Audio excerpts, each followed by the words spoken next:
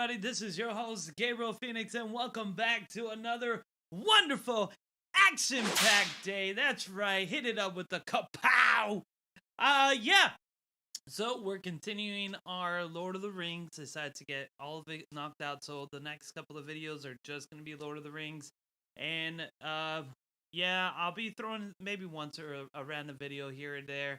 I am gonna be trying to do Wednesdays and Saturdays with the new work. You know, I'm trying to get everything compiled. But if you haven't played Lord of the Rings and you're curious, well, just download that link below right there. Just click. And if you do like the content, please, like and subscribe. We always appreciate it. And let's get right into it. Today we are going to be doing our next commander. Hit it! You don't have any friends. Gollum. Nobody You said this last time. I have friends, okay? People like me. Alright, so today's commander we are going to be doing, which is the great and mighty Qurwan. I think that's how you pronounce it, because Q and C kind of like pronounce the same, but when you have a UR, it's Cure and Wan, W-A-N. So Qurwan, which is, I think it's more of their Oriental Nazgul, because the way how you read it in his lore base, he comes from Rune, because he is a made-up character in here. So he is a war chief of Middle East. He's guy corrupted by the Dark Lord. He's from the southern Manish Kingdom. So I don't know if they were trying to do more like an Arabic theme or Oriental theme because of his weapon of choice. But it works. He's actually pretty decent. He's not the best Nazgul out of the 7. No, now we have 8. So out of the 8 of the Nazgul, he's not the best one, but he does do the job. He's pretty good. And he has some unique utensils. He's considered as a support. I don't really agree with that. He can handle his own. He can do. I really consider him more as a debuffer. He does a lot of status effects. Kind of like reduces the HP. We'll get more into his skill. Now he, unlike some Nazguls, he follows the standard of the original Nazguls in the game, like Shadow, Kamal, which they have balance of both might and focus. He's an epic, so he's not very hard to get. You can get him very easily in this game. The way how you want to focus is it doesn't really matter on might or focus. You're not going to do the focus damage because he doesn't really do any focus damage. So might as well put it in might. The way how I build them with my gear is focusing on unit types. So I have them focusing on orcs and give it to might. So I got +1 attack on orcs with the black mace, and then doing orcs damage more. And then over here, giving orcs more defense, increasing the might as well with the goblin armor.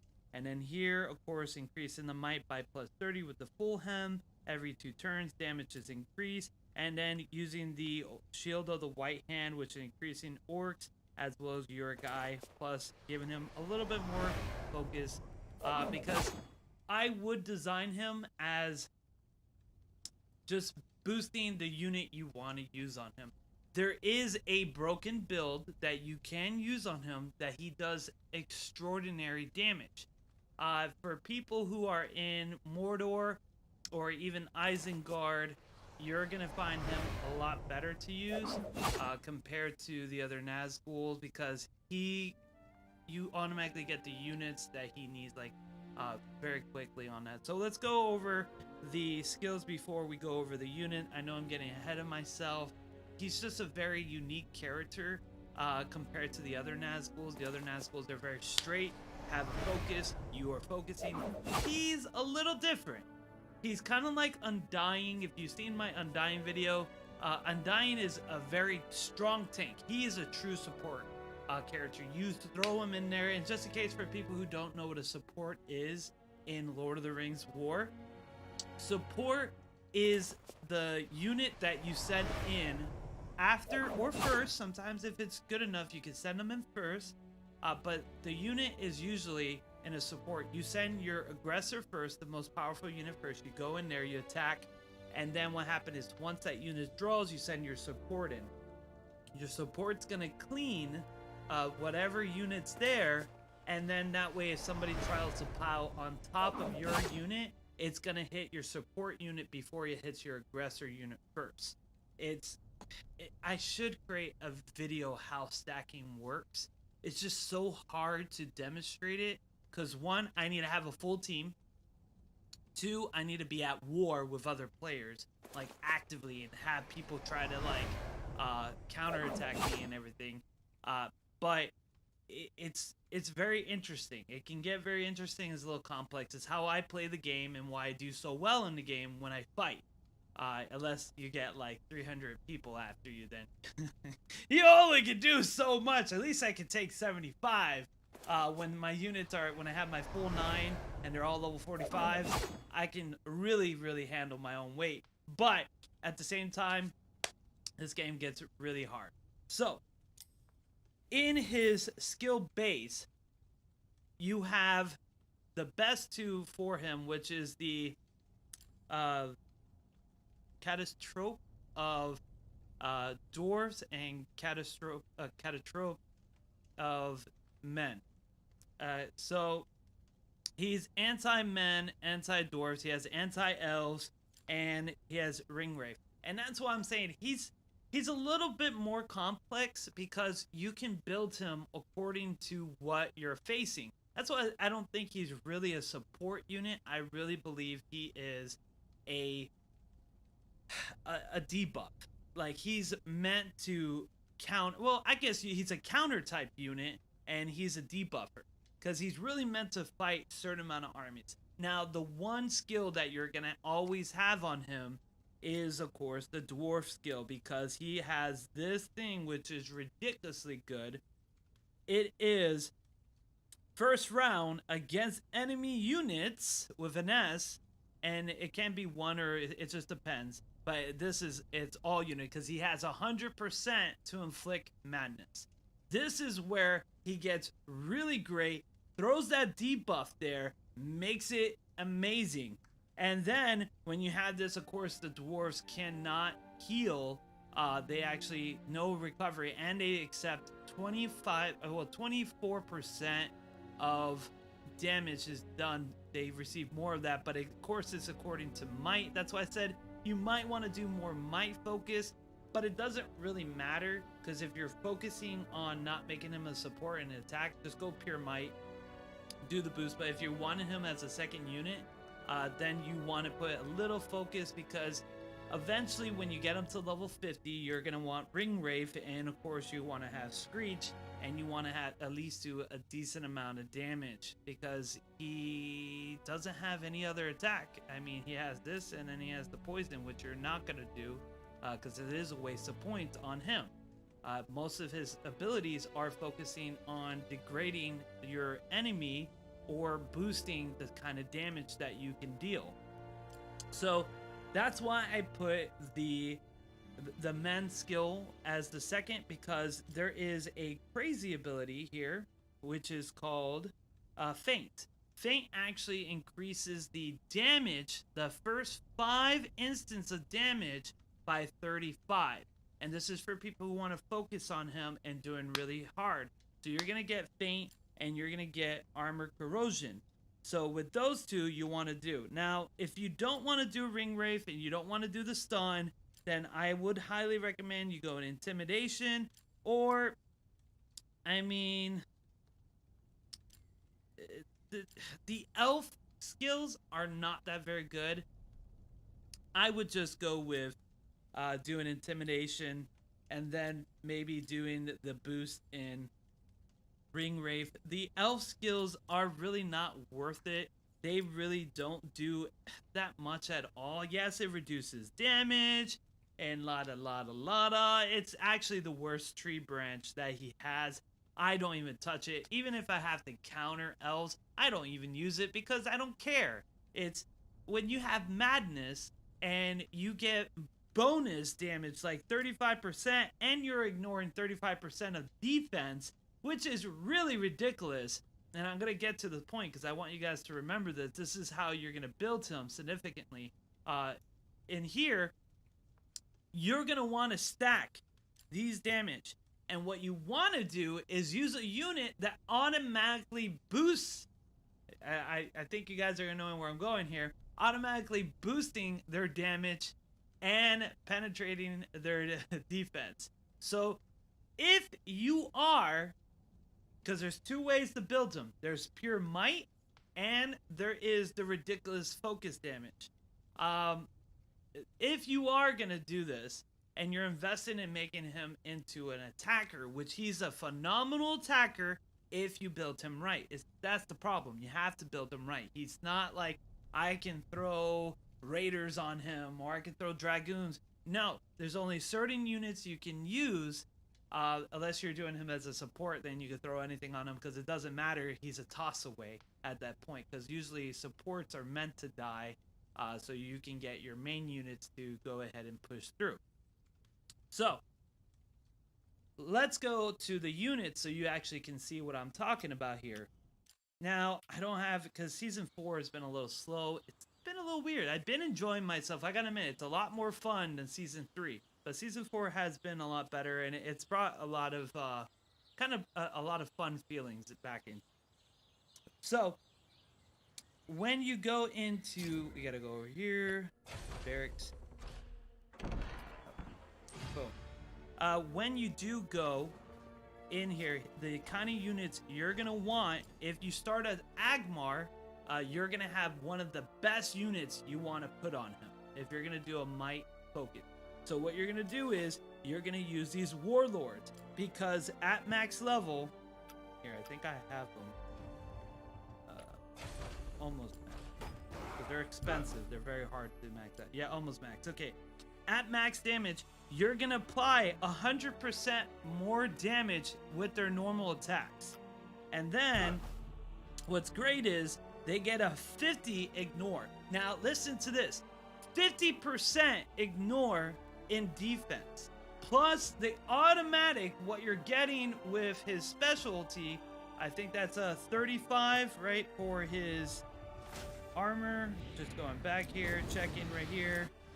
I believe it's 35. Yeah, 35. So you're getting 35 plus 50. That's 75% of their defense gone. I don't care how tough you are. You can be the dwarf on top of the hill or even be the man on the horse, Swan Knight. You're gonna go and you're gonna die straight out. Your defense can be up to 200 and 75% of that makes you no better than a freaking berserker. For people who understand the joke. So you're gonna go down, and what's great is that you're automatically getting the first 5 attacks. First 5 attacks, you're gonna get your steadily increase of a 45% to 50% additional damage with him with 150 damage on a unit that's already a natural, and I mean a natural, dealing 50 to 60 damage per unit. You're talking about doing per turn about 30,000 damage. 30,000 damage, and you're gonna wipe them clean, and there's nothing they can actually do about it. Here, let's see if I can do an example of this. I mean, he has 2 turns.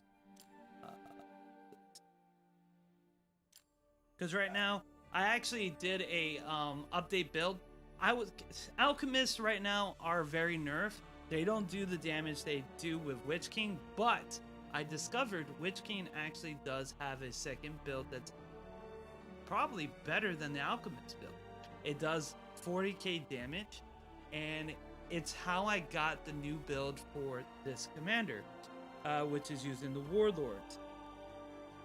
We're not gonna wait the 13 minutes, of course. I got tons of this stuff. I know you guys are like, oh my god, look at all those recalls. He has 54 5 minutes, he has 34 of 50. This guy can just keep coming back and forth. And you're exactly right, and I love it. So even when you're going in here, you can go here. Ooh, well, I have 22, now 21, which is whatever. So when you go in here, let's bring him back so I can make this real quick so you guys can see the potential of the damage, even though he's not max level. Boom, boom. Army.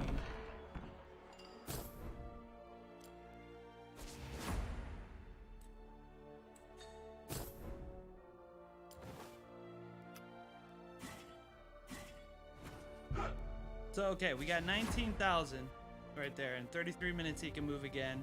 And I'll go against... Here. What's it good? You know what? I could just kamikaze into one of the bigger lands. Yeah, because we're going to just... Oh, no, that's already taken.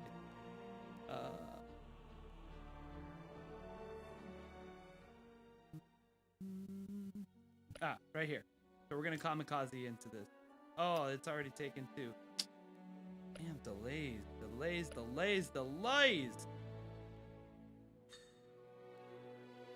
Yeah. Yeah, 90, whatever.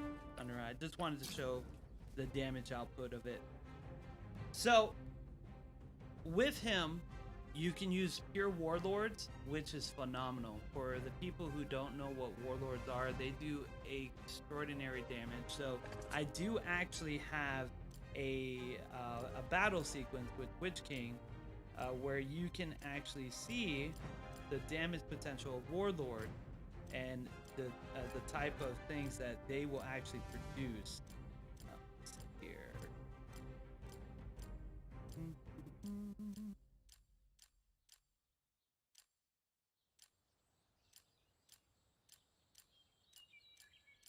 Ah, it's not letting me go back. Alright, here. I'll just go to something like a land beat. I fought a lot of people in PvP, the dwarves, recently. No. Oh, yeah, here it is. Okay. So we got that. There we go. There we go. We got managed to draw right here. I annihilated all these. And yeah. Let's cook up. Okay, so this way you guys can see the warlords. This is like an updated build on the Witch King that I've been working on. It's if you guys are in Gundaba, I definitely recommend this build.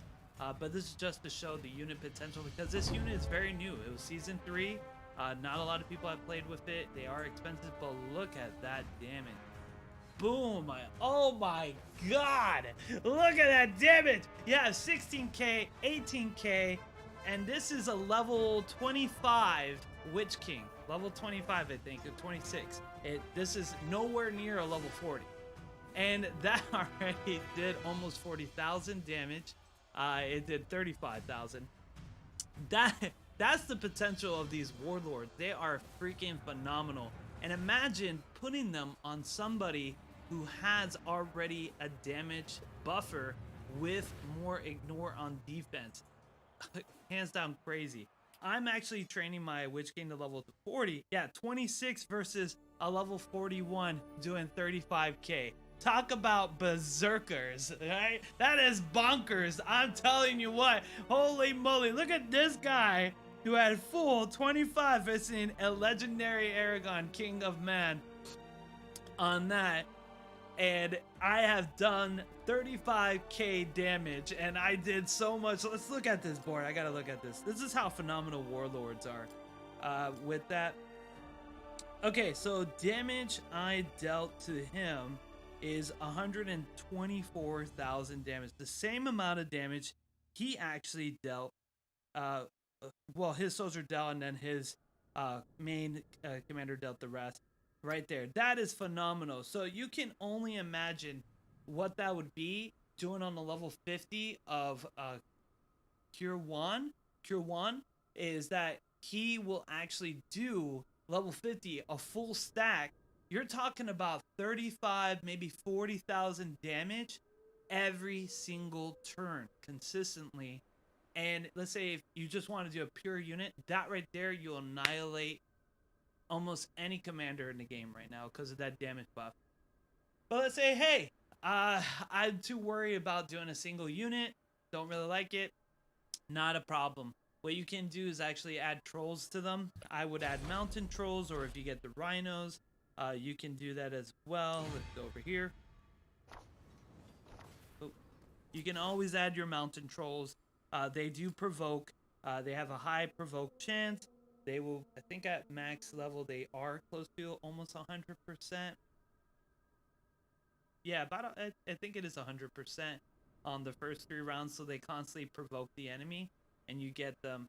The other build that you want to do is Mountain Trolls and Alchemist. So if you want to do your Alchemist build, and it is, oh, so good. You thought the Witch King was good with Alchemist. This guy is phenomenal with Alchemist. So you're going to go get your Alchemist. So the people who don't know what an Alchemist is, go over here and show what Alchemists are for your Isengard. You're going to use your Alchemist. This maxes out at 300% of burn damage. 300% of burn damage, right? You're adding the 35% more damage, and you're adding the 50% less on defense. So you're going to deal extraordinary more damage. Then what you're going to do is from here, so this build is kind of like if you want to do the Alchemist build. You are not going to... Oh, I clicked the wrong guy. What you're going to do is you're just going to boost your Ring Wraith to max level, give another 30%. Because you want to be able to get your Ignore defense in here. Take this, throw it into your Ring Wraith, and at level... He's at level 35 right now. So at level 45 or even 46, you're going to get a plus 30. So you're getting a plus 30 here on any burn damage. Plus you're getting right here another 35, which is 65% damage. Plus you're ignoring defense, which is going to be about, you may get another 15% because defense does reduce. So you're going to get an 80% damage plus the 300% damage from there. You're talking about almost 400%, 380% damage on burn with Alchemist, with this guy. Every turn. And it's not like, yes, you're going to need Mountain Trolls because you're not the Witch King with him, so you can't go first. But you get your defense, block those, and then what you're doing is continuous damage. You're easily going to be doing about... I think last season I did this, and I think I got up to 50,000 damage per turn. Turn 3 is when the Mountain Trolls starts falling off, and then your units are being attacked. And it only goes up to round 3 anyway, so who cares? You deal like 150k. Most people can't handle that. You'll wipe them out one by one unless they're Gandalf, and they are just like, you know, healing up like crazy, or they use the anti-burn guy. Then you're facing those trouble. But most of the time, you're going to wipe all the units because you're dealing such massive damage. And this guy has a potential to deal more damage than the Witch King. So per turn, it's just the Witch King does double the damage. So you're doing, you know, continues, but that only lasts the first 2 turns. With this guy here, if you don't want to do the defense, which, you know, it's really good, and you want to keep the madness to able to secure your turn 1, because the madness is the best. You want to keep the madness, but I understand, you know, losing this is actually damage potential, but you can keep your madness, lock them first turn. If you have enough points, because you'll have 5 points left, you can get your streak if you're wanting to level 50 him. That way you get stun and madness, which is ridiculously good because automatically you're going to deal 50k to their face, and they're not going to be able to handle anything. Well, actually, at level 50, you're going to get even more units, so you probably will do almost 60,000 damage. Well, I would say 50 to 60 because the way how they made Alchemist, they did reduce their damage, so it's at random now. You can't really tell. It's like usually 10,000 damage part, which kind of sucked because before it used to be more consistent. Uh, but with that, you're constantly locking, and it's a free turn. So you get a free turn 1, dealing automatically about 50,000 damage. And then turn 2 happens, your trolls will block it. You do another 50, so you're going to be able to continue to do that high amount of damage. They won't last. They really will suffer a significant blow because how much you are wrecking their face. So that's how good this guy is. Now, the reason why I say he's decent, because he's like the Witch King.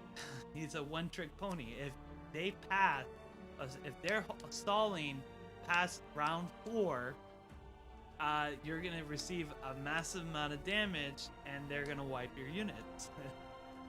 Which is why I never liked Alchemist on Witch King to begin with, for that reason. But with the Warlords, it's more consistent with the new Witch King build, and also with this guy with Warlords, you're gonna get more consistency because there's not really a lot of things to stop his anti-defense reduction. I mean, 75 reduction, reducing armor, even at like if they're 100 points in armor, you're still getting them down to 25. That is ridiculously good. That is phenomenal. Like, that's almost like, and that's all their debuff too, because they probably have tons of buffers and stuff. So you're debuffing every turn you're attacking for that. It's really ridiculously good. Let's see, did he get there yet? No, we still have 2 minutes. Yeah, those are really the substantial build. We'll wait for him to hit, so that way we can show you guys exactly how much damage they deal. So you guys got a little bonus in this video. We talked about the new Witch King build, which I know you guys will like and want to try out. It does amazing amount of damage. It's so good. So good. I can't wait to put him level 50 and start smashing people. I am working on this guy, getting him to level 50 and totally just going to town. I was thinking about after the commander video, after you do the tier, if season 4 has not ended, I may just do a video on all the Nazgul battling people at their max potential level 50. I have to level up really hard, and it does take a lot of time because it's not easy getting to level 50 with each character. But I may do that where just max damage, do a single video, have them all come out so you guys can see their full maximal potential. I know some of you guys have seen that with my past with Shadow. If you've been in the channel and you watch certain videos of me going to war with people, that's something that you guys might enjoy looking at back. But I think some of the newer commanders would be really awesome to see. Yeah, would be really awesome to see how their max potential, so you guys can see like the true hearts of it, battling real players. Because I know evil faction, everybody has a trouble time playing an evil faction. We are always on a disadvantage. It's like I said in other videos, you're playing on difficulty extreme. Like, it's not easy playing as an evil faction player, and that's why I actually did these videos and why I played evil faction when the season came out, because I played good faction back in beta, but I was like, you know what, good is just so easy. When I was a good faction, I was dominating. I was almost undefeated in beta. It was very hard to beat me, and I just felt like it was too easy. So I wanted to do something more difficult, and I fell in love with the evil faction. And I know a lot of you community out there, I helped a lot of people be able to bring back the game and fight their on and turn the tides and win the lands. And I've been very happy to support that. So it's really good. And I believe this guy is the last of the Nazguls that I have. The other one I'm trying to work on unlocking, but due to poor practices of the company, apparently you can no longer get the character if you spend like $300 a game anymore.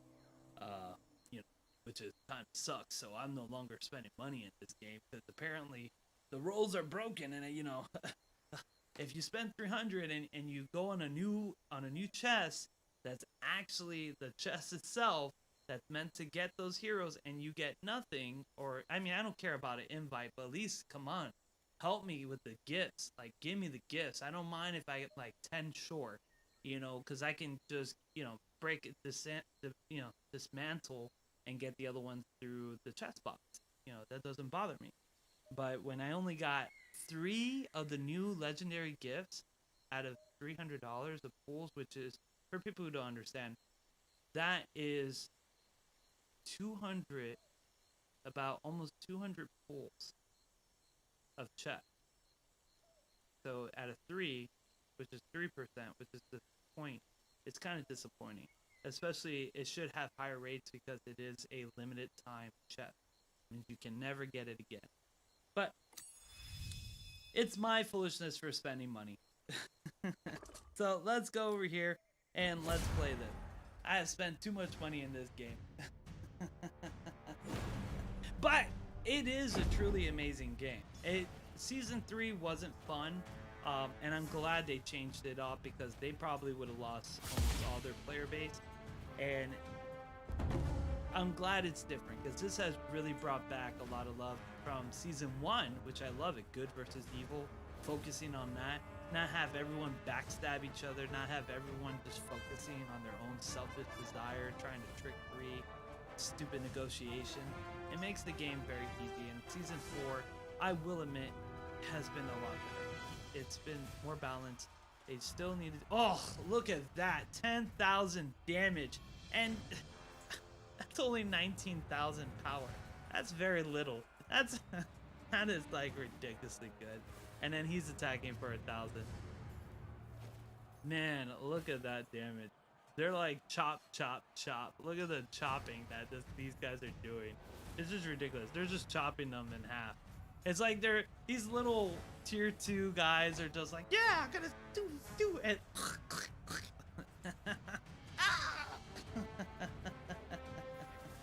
So, yeah. This is just crazy. These warlords are just amazing. Gundaba, I honestly believe Gundaba has some of the best tier 4s they're out there, especially now that you have Fallens. Gundaba is just, oh, what a way to start. But you can see that. So think about it. We were at 19 power. We left right here 13, so we only lost about 6,000 power, which is only a couple of units. Even at 19 power, that's almost 20,000, right? So if you times that by 2, that's 20,000 damage, which an average at level 50, you should be at 70,000 power level, 70 or 80. I mean, with tier warlords, you're definitely going to reach like the high 100, maybe 90, because their power levels are ridiculously high. So every 20, you're getting 10,000 damage. So that means at level 50 for this guy, if you do get to 80,000, that's 40,000 damage per round. That is remarkably, ridiculously high for an epic commander. So, thank you all for watching. I'm glad you sticked around. It's been really fun doing these commander videos. So, thank you guys. You all have a wonderful day. Make sure to like and subscribe, and have a good day.